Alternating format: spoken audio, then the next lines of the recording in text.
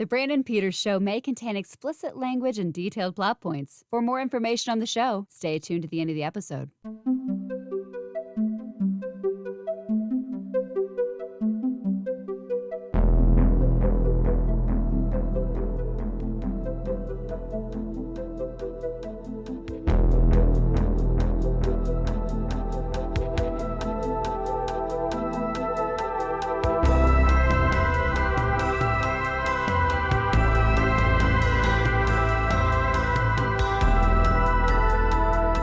And now, here's Brandon.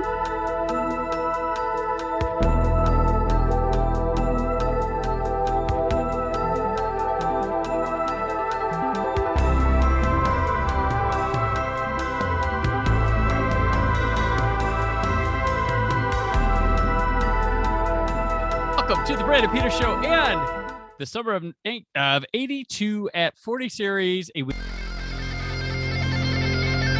Summer of 82 at 40. Weekend by weekend look at the movies released during the summer of that year. As always with me from the magazine where you learn about financials of movies and things, right? Yeah. It's not just like stocks and shit. It's movies and things too. It's from Forbes, Scott Mendelson. Pleasure to be here as always. Uh-huh. We're heading toward the end lap. It's all leading up to this. Penultimate episode here this week of just the summer of 82 at 40. This podcast stays after this, but we'll be looking at August 20th through 22 of 1982. Just a double feature today. Only two movies remain. But yeah, a double feature of some science fiction cult classic things that are beloved by people and stuff. But as always, let's head on over and check out the news of the moment first. It's the news of the moment. This week, on August 17th and technically the 18th, the Los Angeles Dodgers beat the Chicago Cubs 6-5 in 21 innings. The game started the 17th. It was completed the 18th, and it's the longest game ever at Wrigley Field. That's probably a rare occasion where you can get out of the parking lot faster if you stay to the end of the game. True. Yeah, get home faster. Yeah. Might as well stay, honey. Yeah. On August 17th, the first compact discs were released to the public in Germany. CDs, folks. Music on the disc. For those of you too young to remember, there once was a thing called a compact disc that could play your music on a small machine called a CD player. You could select the songs track to track. You wouldn't have to put a needle at the right point. You wouldn't have to fast forward. It was a marvelous technology. Music peaked. They took the audio, the lossless, clean audio of a vinyl and compressed it down to a digital form and put it on a disc. It was great. Disc CD, is that the last major and successful format before the MP3 over the digital streaming? Because they tried mini disc. That didn't work. They tried DVD audio. No one cared about that. There was super audio CDs. But yeah, this CD, this is the beginning of the end for physical media. Although vinyl are still very popular, it's a niche item now. It made a comeback. CDs, I doubt make that comeback. On August 18th, the New York Stock Exchange sets trading record of 132,690,000 shares traded.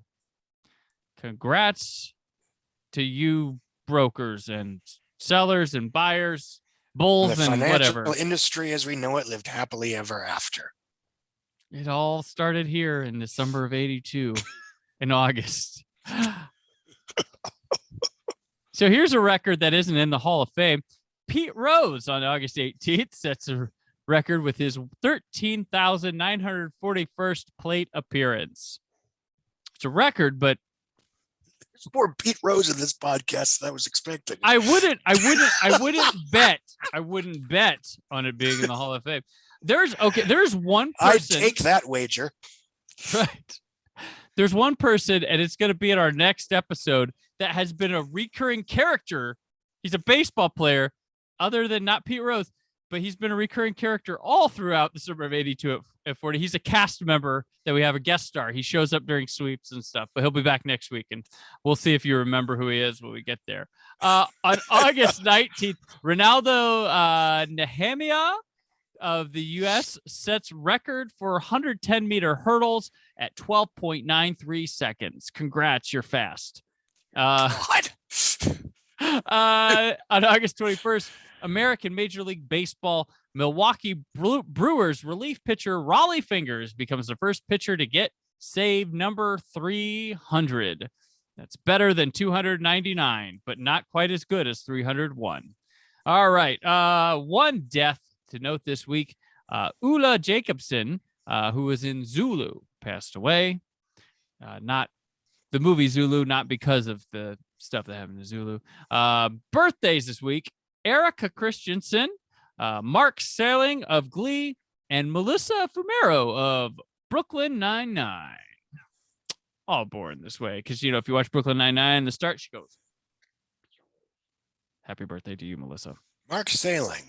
Yep. Mark Salling from Glee. Is he the one that... Who did he play on Glee? I didn't watch Glee. Sorry, there's one male actor from the first season that apparently died by Oh, he suicide did after die. being- Yes, he died Yeah, in the guy that got caught 2015. with kitty porn. That was him. Yeah, just curious. Yep. Sailing takes me away. Yep. That guy. He was born. As ridiculous as Glee was and as badly plotted and inconsistently written, it really is a show that's unlike any show that has aired before or since. Mhm. And when it was on its A game, it was spectacular. Yep. Oh, Oh. Fondness for years not so far away. All right.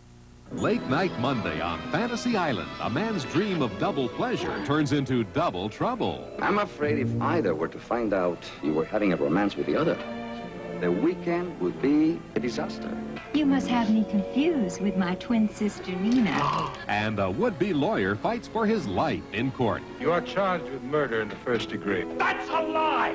You've got to call it off, Mr. Rourke. You wanted a big case? Fantasy Island, late night, Monday. Is it any bigger than murder? Right. Speaking of Glee and television, let's move right on to the Nielsen rating systems. We have a short week of the movies. Our top 10. Number 1, Too Close for Comfort on ABC. Number 2, Filthy Rich on CBS slides down one spot to number 2. Number 3, The Jeffersons on CBS. Number 4, Three's Company on ABC. Number 5, Fantasy Island on ABC. Number 6, the Barbara Walters Summer Special on ABC. I didn't look up who was on this one. Sorry.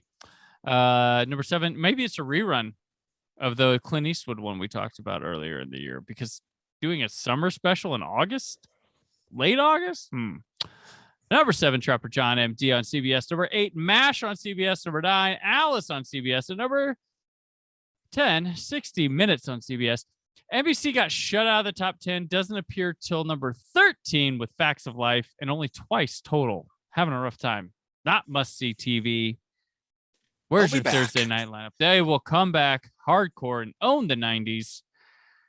But it's Cheers is barely off the ground at this point. So it was slow to be a big deal. As a lot of shows that we Mhm. consider to be cultural touchdowns. shows were given a chance to grow. You had to be really bad to. Well, when you have 4 networks, what's the harm? Yeah, To a certain extent. yeah.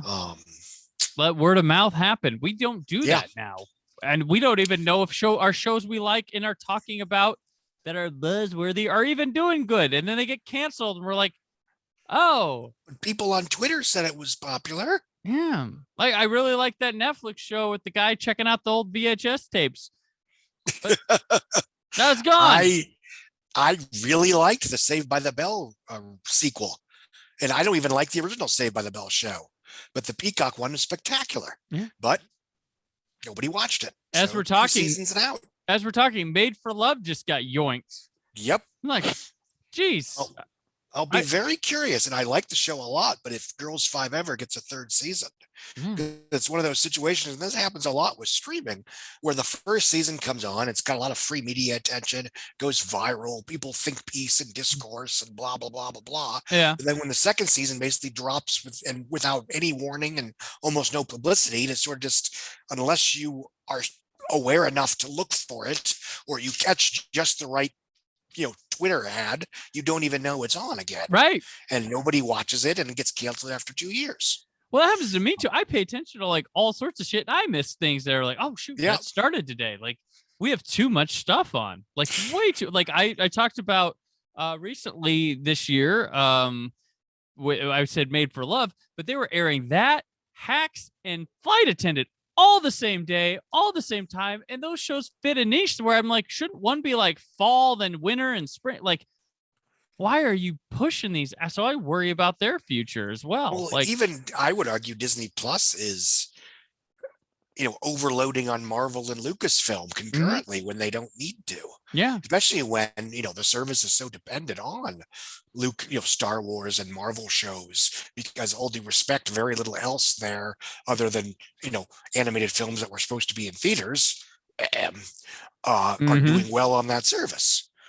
I mean, Olivia Rodrigo takes over the pop world, becomes the heir apparent to Taylor Swift, Katy Perry, et cetera, and the needle doesn't move for High School Musical season 2. Yeah.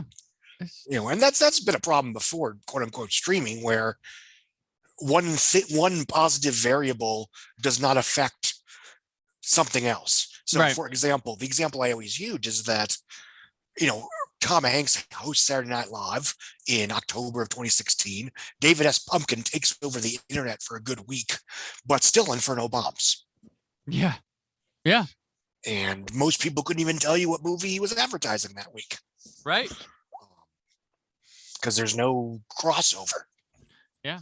Oh, that's, I mean, very true. And anyway. A lot of people, I mean, it's a stan culture thing too. When it comes to that, like, yes, they just like the idea of like, they don't go see their movies. They want to say they do, or like think about them. Oh, that looks so cool. Or they're doing this, but they'll only go see them if they're in like the Marvel movie. Like, it's so bizarre to me and people, the stan culture also is very character based more so than actors. And that's just a disturbing thing because to me, I just like, there's fictional characters in a movie and it's cool. Like, oh, I like that person, or like they're written like they can go anywhere. Like sorry, you picked someone who ended up being a bad guy. Whoop-de-doo. Like, yeah, you shouldn't have like lived your life by, some Queen Vicious or something. Like, it's like, and they get mad because it took turns that they wouldn't have done. That feels like you're for my person. Like, you're just as bad as hashtag not my James Bond from back then. So sorry. Like, I don't get into that. Hey, at least Lady Gaga fans actually show up. They do. We love them. We were talking off air. Yes. They're great. We love the Lady Gaga fans. They're amazing. There are good fandoms. There are always shit people with fandoms and good people. And I think there's a subset of just unmitigated racist, sexist, misogynistic assholes that hop from one pop culture fandom to another, shitting on the bed, hoping to, just for whatever reason. But even aside from that, subset of human being, and really, I wish we would stop giving them a seat at the table via an SEO-driven media landscape. There are certain fandoms that I think, when you start to think that your fantasy franchise IP is supposed to be taken seriously at all times, I think that's when we start to get into trouble. Yep. I think one reason the discourse around Godzilla v. Kong last year was so fun was that everybody was nice, everybody was happy, and you didn't get into arguments with people who thought that Godzilla v. Kong should have been nominated for Best Picture. Right. Well, that's the Godzilla fandom is great. Yeah. Like, I mean, maybe just what I see of it is always positive and having fun and just not taking it too seriously. I think the American audiences have trouble with Godzilla things a lot of the time too, because they don't realize we're supposed to be having fun. It's not supposed. The humans aren't. You're not. You don't need to follow the humans like to a T. They don't have to be perfect. Like, they're always the problem with the things. But like, I mean, I've involved, like we talk about here. Like I do conventions, things like that. And I'm being there. Like, not that the shitheads don't show up to those, but for the most part, people are very positive, open-minded to differences and stuff, and like have positive conversations and stuff with what they like and how they like it and stuff. And it's very different than the keyboard warrior thing where everybody thinks is an actual reality. I mean, and I've learned too through this stuff. I've been around a lot of young people. They don't give a fuck about Twitter. They don't care about that. Most of them are, if they have one of the old people's like social media things, it's Instagram, because there's nobody yakety yakking and it's just fun stuff. But they don't pay attention to Twitter, like, and they are a good chunk of a population as well. And they're not there. And maybe it's because of that negative stuff that, I mean, goes on Twitter and stuff, but like, you can't just judge it by it's not reality. Whether it's your movie going, whether it's what you think the political landscape or the world is from either direction. I'm not going to pick on a political mindset here. Both sides on there have painted an illusion of the world for themselves in disgusting fashions and maybe a little too optimistic thinking fashions, but it's what it is. Go out, meet people. I know some of us are introverts and have that, but if you can find where your factions get together, you'll learn that maybe not everybody's a shithead, and maybe people come off different in person than they might on the internet too. But we are soapboxing. This is all going to get cut. This is the best TV discussion that wound up in this. But you know, speaking of youth, speaking of disconnects, speaking of shitheads, let's go to the class of 1984. Our first A+ film. segue. Class of 1984. I run this school. No teacher can teach them. No parent can reach them. I am the future. I am the future. I am the future. If they are the future, who will stop them? Class of 1984. Rated R.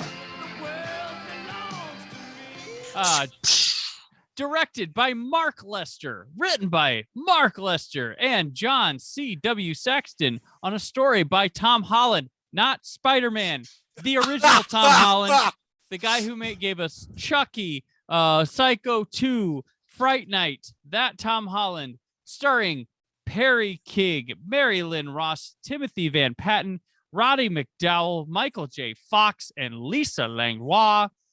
It's about a new teacher at a troubled inner city high school. Soon ends up clashing with the delinquent leader of a punk posse that runs the school. This is Mark Lester directs this movie. He is, like, to me, in his early stages, he's like a B-level John Carpenter. If you look at his stuff, this counts in there too. And he also, when Carpenter does The Thing this summer, and that shits the bed, Carpenter was supposed to make Firestarter. They boot Carpenter off there and put Mark Lester and have Mark Lester direct Firestarter after him. Lester goes on to, I believe he does Commando, has himself a pretty solid career. But he starts out, he's kind of like and Commando has some Carpenter. I mean, if you watch Big Trouble in Little China, they both know how to have fun with action, but there's a lot of, like, anybody wants to, like, I think Guillermo del Toro has a lot of John Carpenter in him, but I think Mark Lester at the time is kind of if there's two guys that were similar director John Carpenter at the time, I always point to Mark Lester. We also have another big director in this as an actor, was Timothy Van Patten, who he directs all your favorite HBO stuff: Sopranos, Boardwalk Empire, The Pacific, Game of Thrones, Perry Mason, Curly, Rome, Deadwood, Sex and the City, The Wire. Director of all this. Perry King, the star of this. Little side note, Scott, you remember how we were like, oh man, this Star Wars audio drama where John Lithgow plays Yoda when we talked about Garp. Remember that? Yeah. He was Han vaguely. Solo in it. Oh. So we have to find that this thing. actually makes sense. He plays Han Solo. And then also Lisa Langlois. She's a Canadian horror icon. She married Robert Urich. Remember TV star Robert Urich. And she got offered. Here's the thing. This is a weird thing. So apparently during Terminator or pre-production Terminator, Linda Hamilton sprained her ankle like really bad and wasn't able to do the movie. She and Langlois had read for the part with Michael Biehn, and she got offered it to replace Linda Hamilton because of this injury. But she was at the time, so she had read for Terminator, didn't get the part. Hamilton gets injured. They go, hey, we need to shoot this thing. It's yours. But she took a role and was already shooting the Slugger's wife at the time. And history is as we know it. But it could have been her. She could have been in Terminator. She could have married James Cameron and then later had James Cameron leave her while shooting Titanic for another woman. And then they wouldn't talk to each other. And she would have the rights to Terminator to do to help produce Rise of the Machines and stuff. And then years later, she gets to return in Dark Fate to make the real Terminator 3 that happened. So it could have been her. She starred in Beauty and the Beast in the 1990s. Yeah, she could have. She would have done that. 80s. Fresh my anyway. She would have her and Pierce Brosnan would have run away from a volcano one summer. But yeah, so Scott, the class of 1984, had you seen it before this? I had not. I had heard of it. I was aware of what it was. All right. And yeah, I mean, it's an unapologetically sleazy grindhouse exploitation film that revels in the worst cultural stereotypes and fears that, suburban / white America had about the disreputable youth of the era. Mm-hmm. And if you could handle that, it's kind of awesome. Yeah. I mean, it's not good. Don't get me wrong. It's very offensive. It's very, but there's a lot of, it's polished. It's well made. It's well acted.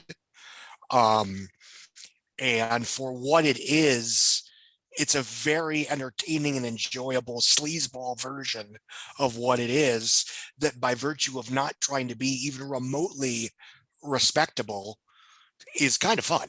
Well, it's a time where people were like, maybe we shouldn't do that, but they do. And it feels like it feels like a kind of like a middle school or high schooler came up with this script, Yeah. And it got made into like a big budget like movie. I mean, it's it got banned in several countries. It took a while for the quote unquote uncut version to be available even on DVD back in, I think, 2006. Yeah. It is, it is often vile. It is often in a way that, I mean, yes, it's violent and gory, but it's more just the context of what you're seeing versus, it's not cannibal Holocaust or anything like that. Oh no. It's a mean movie, but it's a fair R, especially by today's standards. Yeah. It's not as mean as some things places you could go. Like, yeah, trust us, it can get worse than classic.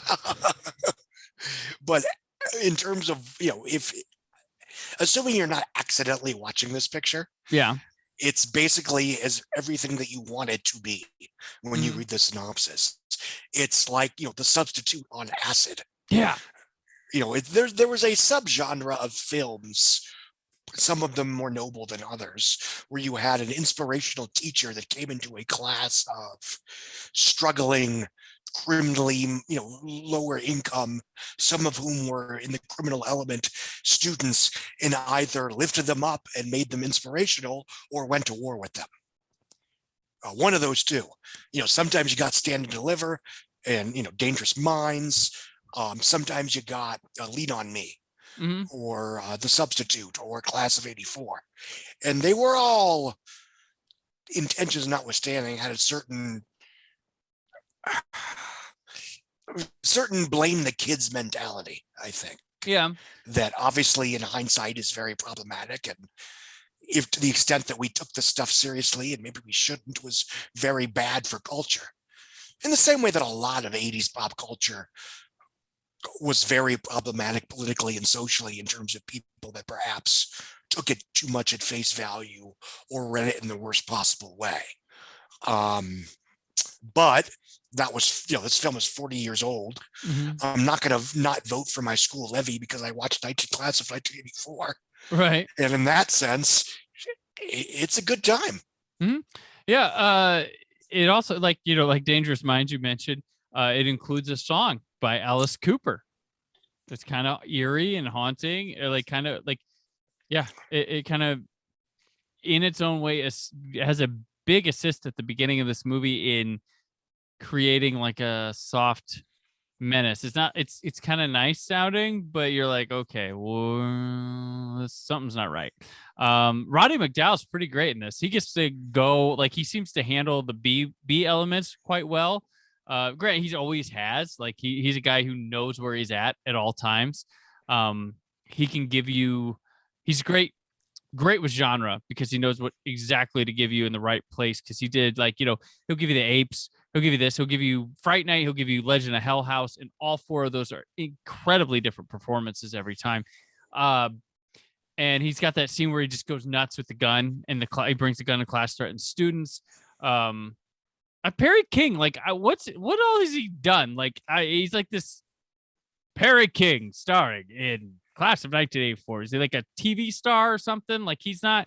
This is like it in terms of high profile stuff. Yeah. I mean, he works. I mean, he's got he has about a couple, dozen and change movies between 1972 and 2018. Right, but this is the one that he was the president in The Day After Tomorrow. Okay.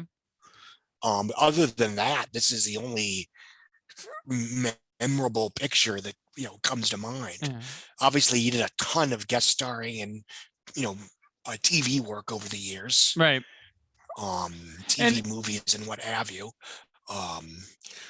I think he was just he was a workaday actor, and this was his sort of one lead role that sort of stood out, right? Which is a shame because he's quite compelling. Yeah, he's quite good. A lot of shit happens to him. Like, there is a nasty scene with them breaking into his home and having their way with his wife, to be kind, which is absolutely inevitable. And they kind go of there. Movie, yeah. In 1982, you're not introducing the pregnant wife if you're not going to show her getting raped in the third act. Yeah. Is that offensive? Yes, but you know what you're getting into, folks. Yeah. The movies, the punk guy, the kids make for iconic elements. I mean, they made for great posters for this movie. They're highly influential to, like, a lot. Like, you may not know this movie, you may not even associate Class of 1984, but the imagery of the punks, like, because you've probably seen poster art and stuff used in other things. You'll be like, oh, that's the movie that goes with this. There's also, like, it leads to Trauma would run with this. They had Class of Nukem High, which is also had it's a spin off this kind of stuff. Not as good, but fun nonetheless. That's one of their better things they did. But this this is kind of a start. There was Class of 1999. There's a sequel to this that was Lester made later, and that one's fun in a really different way. But yeah, this is a kind of a really interesting movie. A different take on high school trouble and going, not holding back, saying like, what if?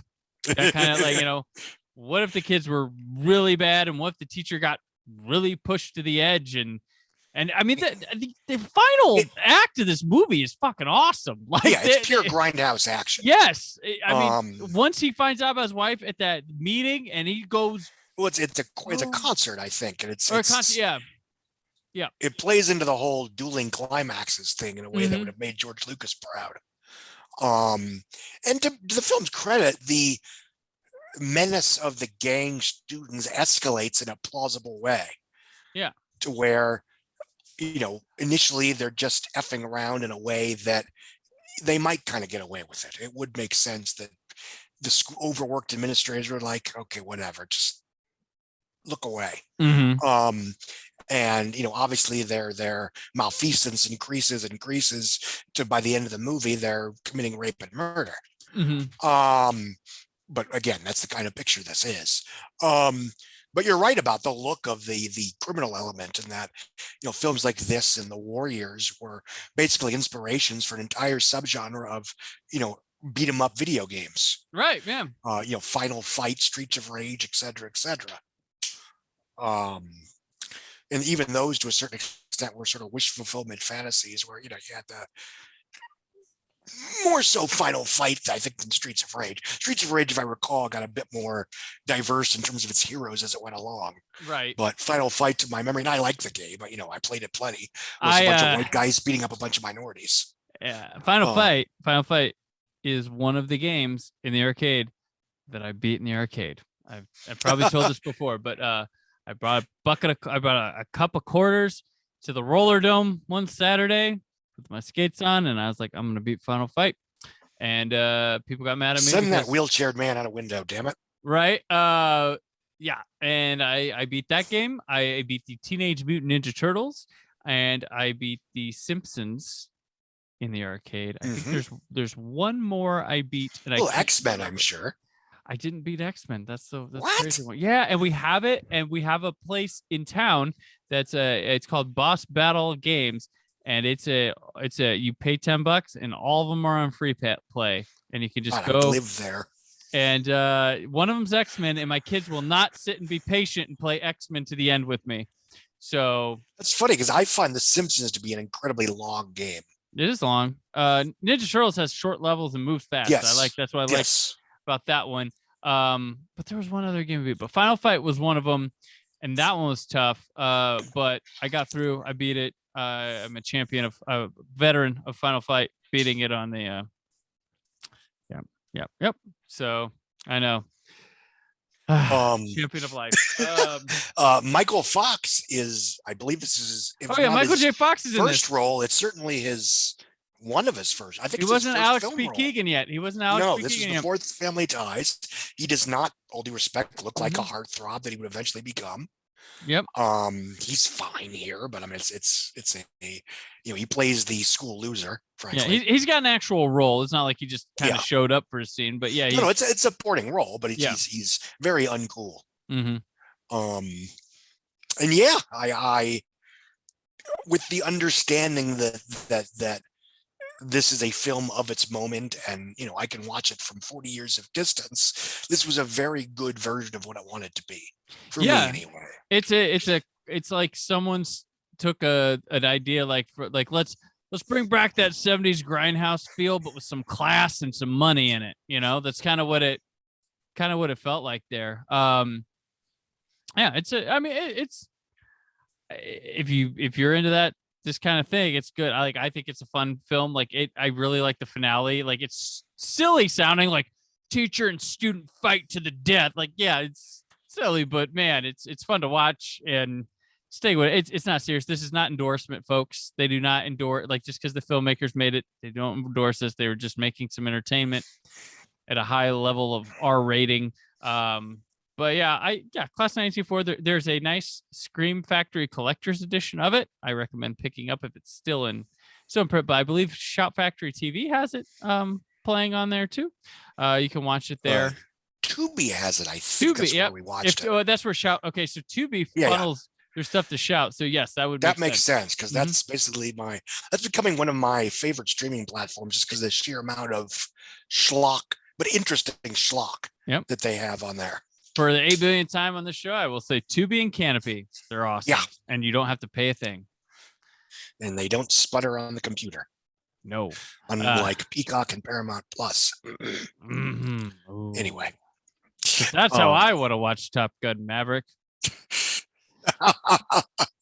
All right.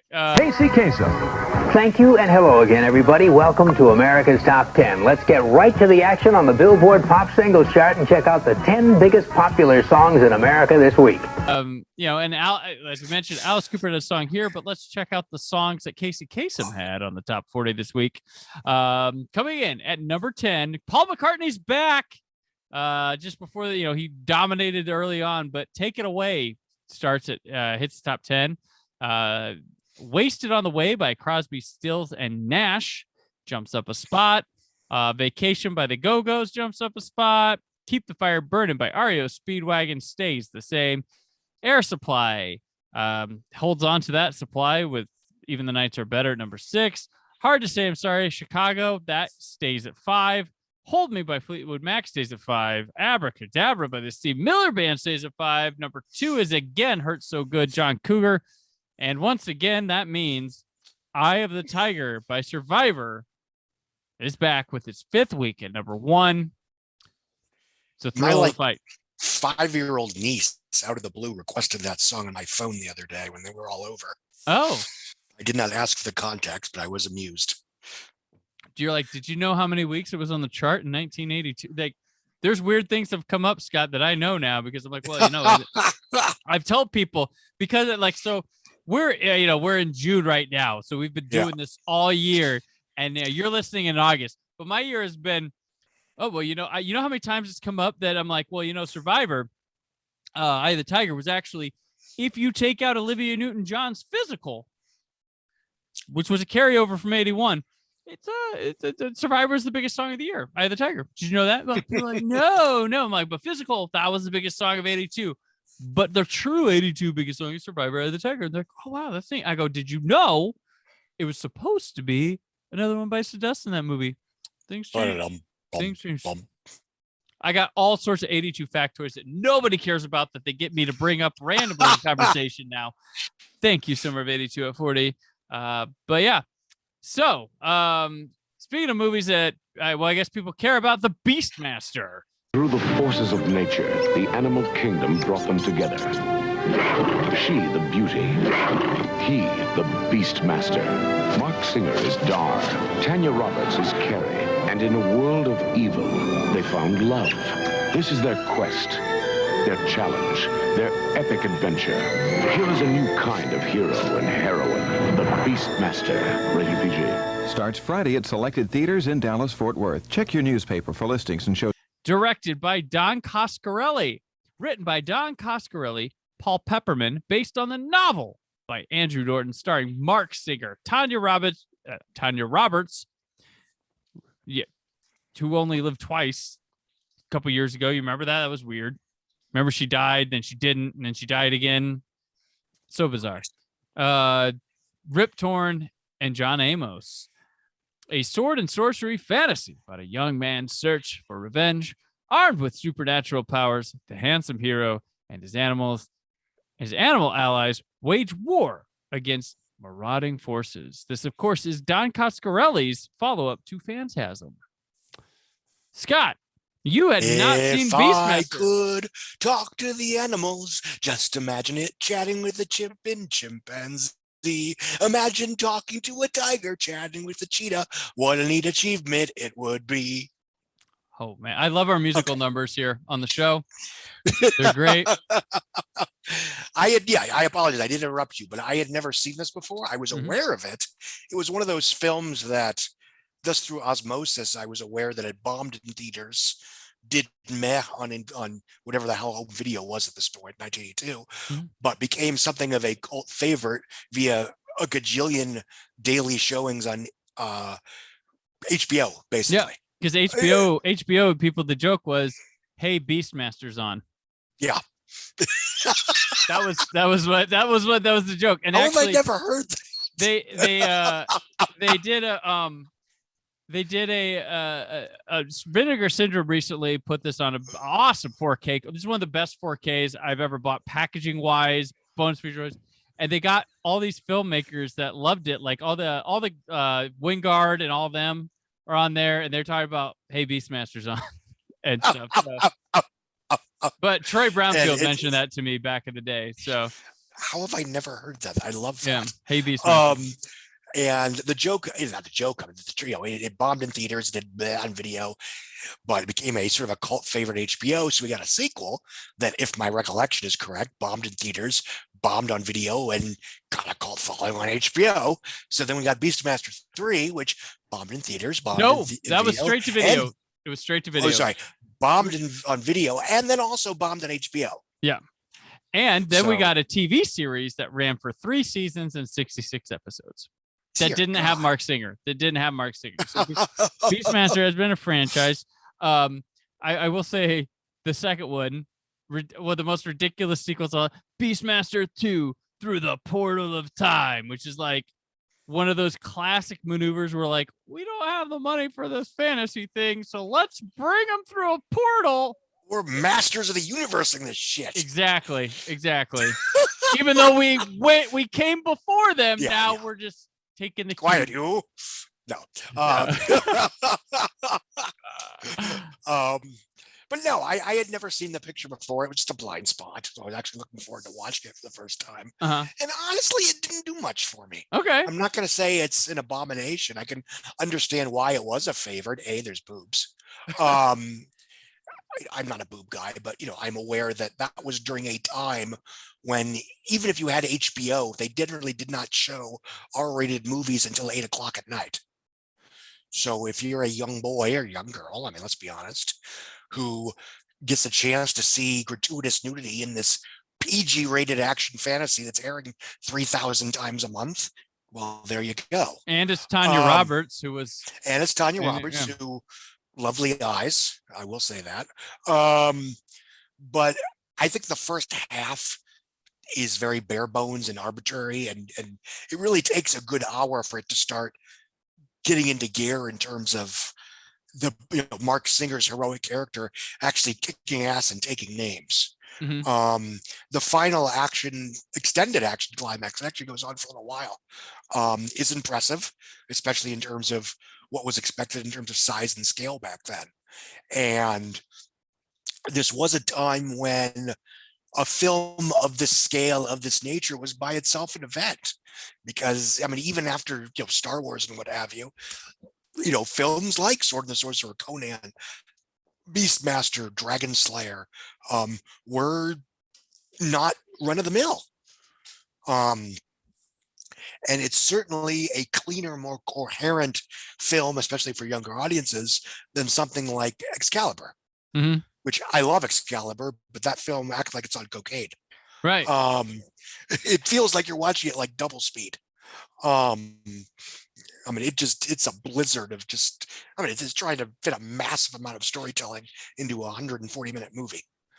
But anyway,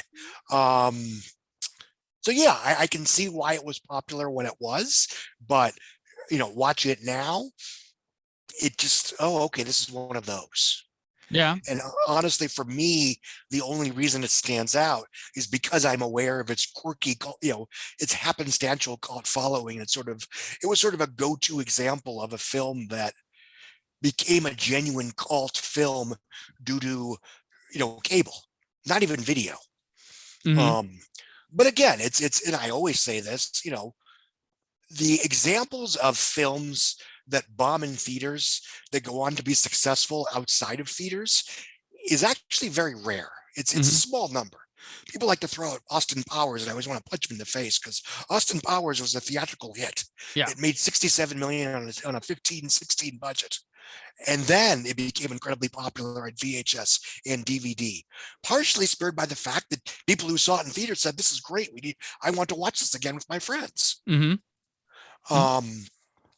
So I love Austin Powers. It's probably my favorite mainstream comedy of the 90s, but it also becomes this fake example of false hope whenever a franchise, a Solo or a John Carter or a Power Rangers or an Alita, some of those films I like quite a bit, some of them I don't, but whatever, when those films underperform, they go, maybe it'll be like Austin Powers, and the second one will break out and be a hit. It's like, that's not really how it works. And honestly, Right. It really wasn't how it worked in the 80s either. I mean, you got one semi-successful sequel with Beastmaster, but even Eddie and the Cruisers, all due respect, Right.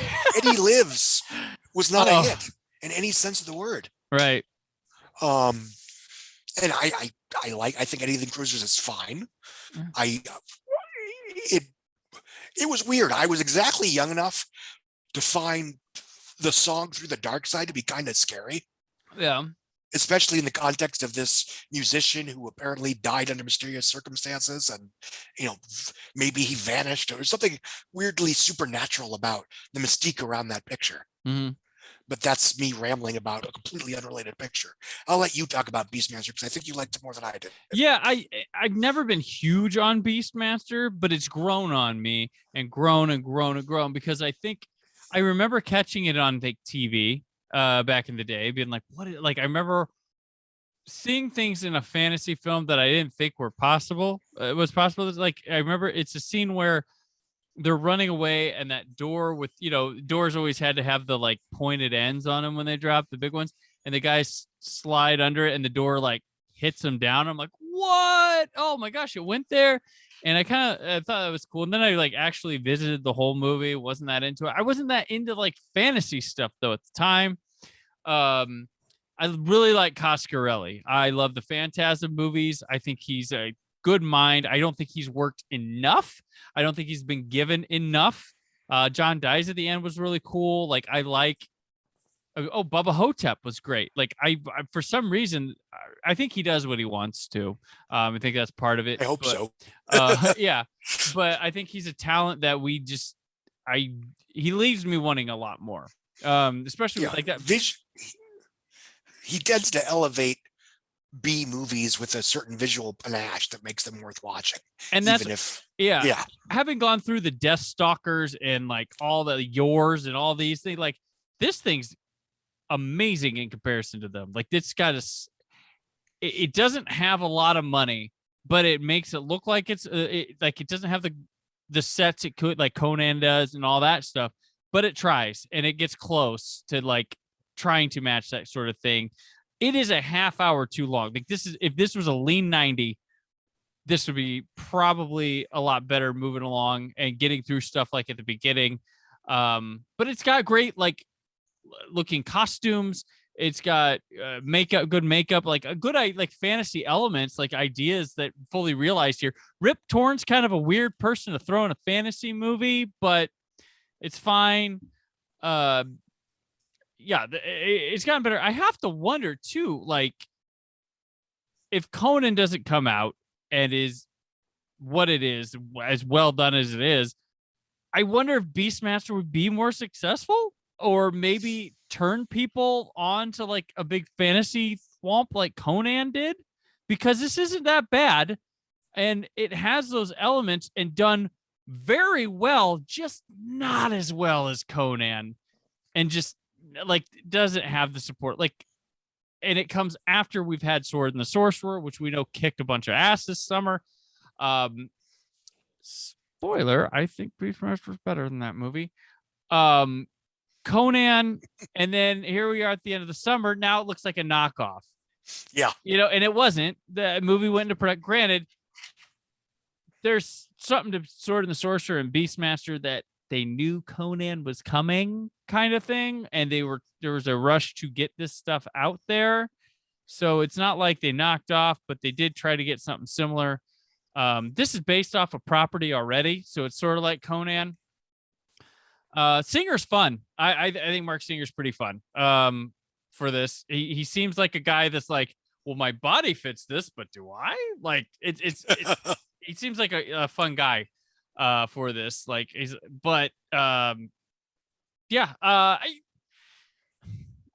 think Beastmaster's fine at best. I don't think it's great or anything, but I continue to just like enjoy. Like, I can sit and watch Beastmaster and do other things, or on John Amos, fun guy to have show up in here. I liked him. But, that was a surprise. Yeah. It's, and I think a lot of its popularity came from, and rise. It came from a lot of people not realizing other people were watching and enjoying this, and that early revelation in like the 90s with the internet that, oh, you like Beastmaster too, or and it became like, well, maybe more people liked it, like sort of those early internet realizations. And because it's one of those titles, it rose in esteem. It's a cult classic, easily cult classic. It failed the box office, a little movie, people found it later. Easy cult classic, in the truest sense of the word. And yes, it's a legitimate cult film. Nobody was cheating. Fun trivia. Both of these films have actors who went on to voice villains in Batman animated series. Oh, okay. Mark Singer was the voice of Man-Bat. Yep. On the pilot of Batman animated series. Yeah. As well as another episode. And Roddy McDowall voiced the Mad Hatter in a few episodes. Oh, that's right. Yeah. Oh, he was great. He was terrific. Oh gosh, yeah.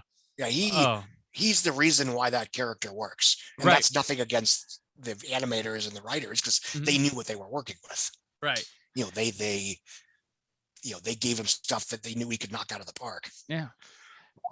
Yeah. No, Anyway. I mean, this movie, it doesn't really, I mean, Singer goes on to V, which is a much better project. I believe, V comes after this. Tanya Roberts gets Sheena and then gets James Bond. So it's kind of a nice little, it's a nifty little launch for both of them. Coscarelli would, of course, wind up doing Phantasm 2.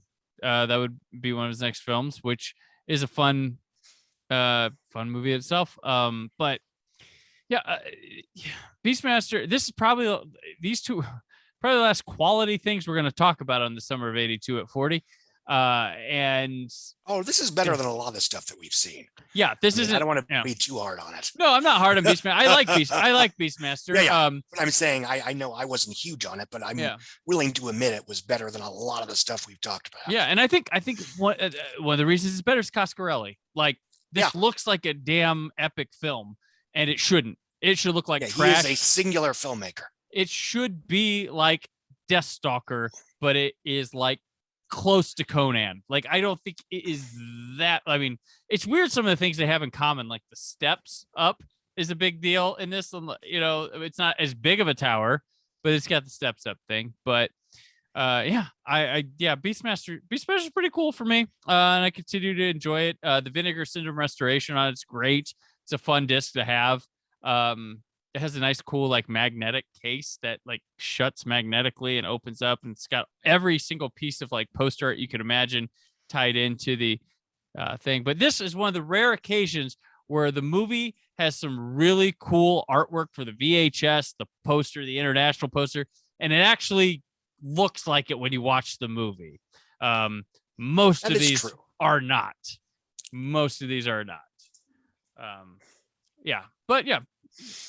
Pop on Beastmaster, have a beer, smoke a joint, whatever you do, have a fine little time with Beastmaster. That's the kind of thing I would say it works for if you've not seen it and you're a adult like Scott and I or something, or eat your edible or something like that for that with Beastmaster, and you have a good time. I think it could work like that. It's not wacky like that, but I think it just kind of just like, yeah, it's fine. Soak it in. Do some work. Have it in the background. That too. Beastmaster. Hey, Beastmaster's on HBO. It's not It's not TV, or it's not television. It's Hey, Beastmaster's on. Speaking of Beastmasters on, how was box office? Hey, box office, Scott. The number one movie of the week of August 20th is, again, E.T. the Extraterrestrial. The Revenge. The Revenge, returning number one after a brief sabbatical at number two, with $7.68 million, dropping 9%, still playing on 1,771 screens, and bringing its total up to $216 million after 11 weekends in theaters. Coming in at number two after topping the charts is Friday the 13th Part 3 in 3D, which dropped 43%, which that's a lot for a 1980s. But again, it's a Friday the 13th movie. I'm guessing they weren't very lucky. And open on a Friday the 13th. So. Excuse me. That too, yes. Yeah. There's a period, if it's not the most front-loaded movie, then the 2009 remake of Friday the 13th is one of the most front-loaded movies of all time. It made 65 million domestic, 45 in its first 4 days, and 20 in its opening day. Anyway, Friday the 13th 3 for 5.4 million for a total of 19.5. Officer and a Gentleman jumped up 6.3%, adding 83 theaters, earned 5.3 million, and it is barely third place. It is barely, because Friday the 13th, no, you rounded up. It's Friday the 13th is 5.34. Yeah, 5.34. Yeah, so close. I'm guessing they'll be switching next week, but we'll see.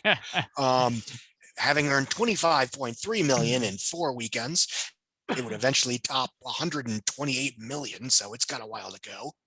The Beastmaster opening at number 4 in 1,013 theaters with a $2.955 million. It would eventually earn a whopping 14 million domestic. Again, it was not a hit in theaters, but it eventually became a hit on HBO. Best Little Whorehouse in Texas, 2.9 million, dropping 34% in weekend 5, still playing in over 1,000 theaters with 53.3 million. The Road Warrior. Surprise! It's what back. What the hell? It's back. Where the hell did this come from? I know. I love it. We get to the end. It's all calming down, and the Road Warrior is back. They must have re-released it or something. They put it on a double bill with E.T. the Extraterrestrial. Is that what's going on here? No, I don't know. Because I don't see any of the major Warner Brothers movies in the top 10. The adults were too embarrassed to go to E.T. again, so they started buying those tickets to Road Warrior. Anyway, $2.58 million in weekend 14 in 674 theaters.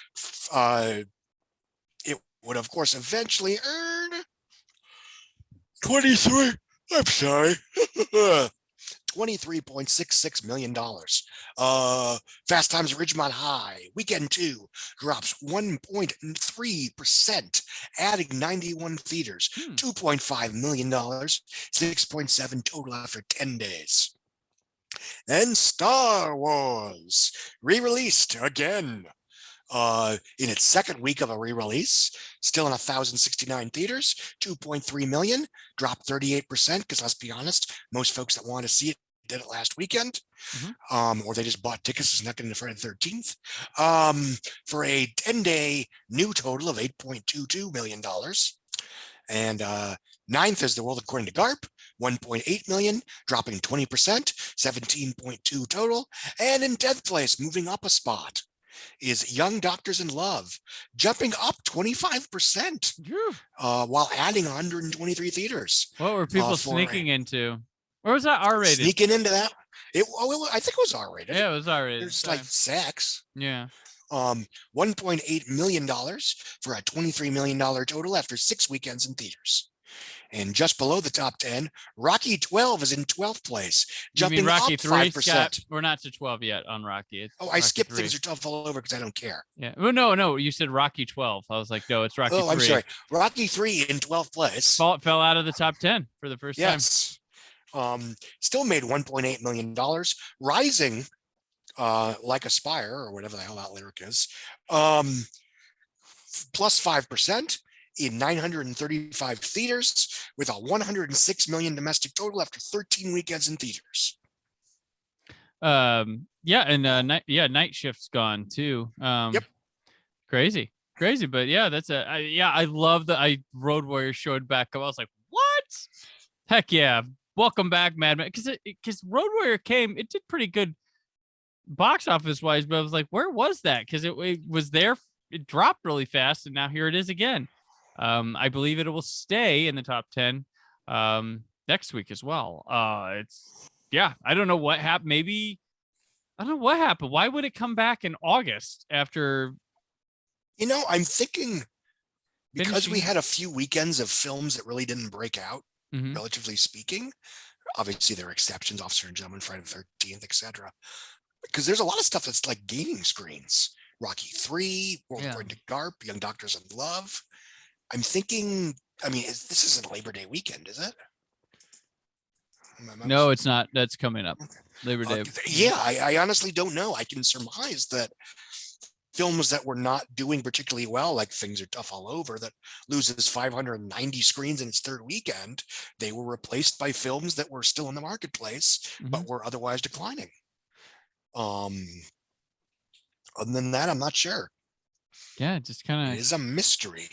It's a good mystery. If you were around, of IndieWire. Yeah, if you were around, let us know what this was, because this was a surprise. Just pow, it's back. We could talk about it again. I'll talk about the Road Warrior any day of the week. But yeah, that'll do it for the weekend that was August 20 through 22nd. Scott, thank you for joining me, of course, as always. Before we sign out, let people know where they can keep up with you. It's the same place I've been for 9 years. If they can't find me now, they clearly don't care. All right. Oh, there you go. Yes. Mendelson's Memos on blogspot.com. That's where he's been. Enjoy your viruses. All right. I'm on Twitter and Instagram at Brandon4KUHD. Tune in next week as Scott and I close out the summer of 1982 at 40. It's the final countdown.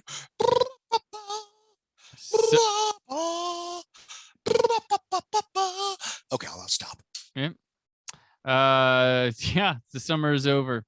Back to school. We end it with a week just as exciting as we started this whole thing.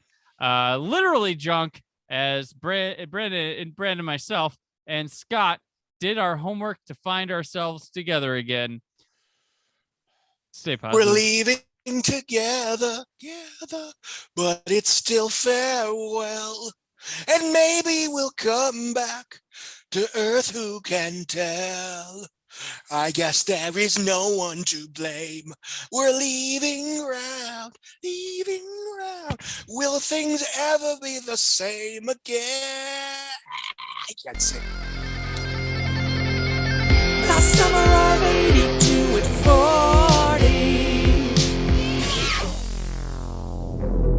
Thank you for listening.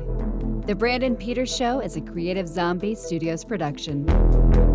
Produced by Brad Shoemaker and Brandon Peters. Written and edited by Brandon Peters.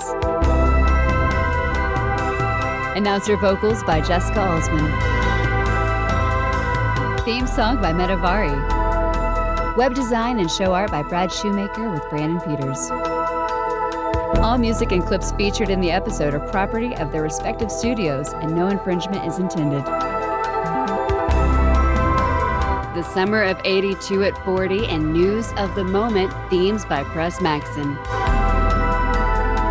Additional information on this and other episodes at thebrandonpetershow.com. For any inquiries, press opportunities, or sponsorship, contact mail@thebrandonpetershow.com. The show is available on Apple Podcasts, Spotify, or anywhere podcasts are found.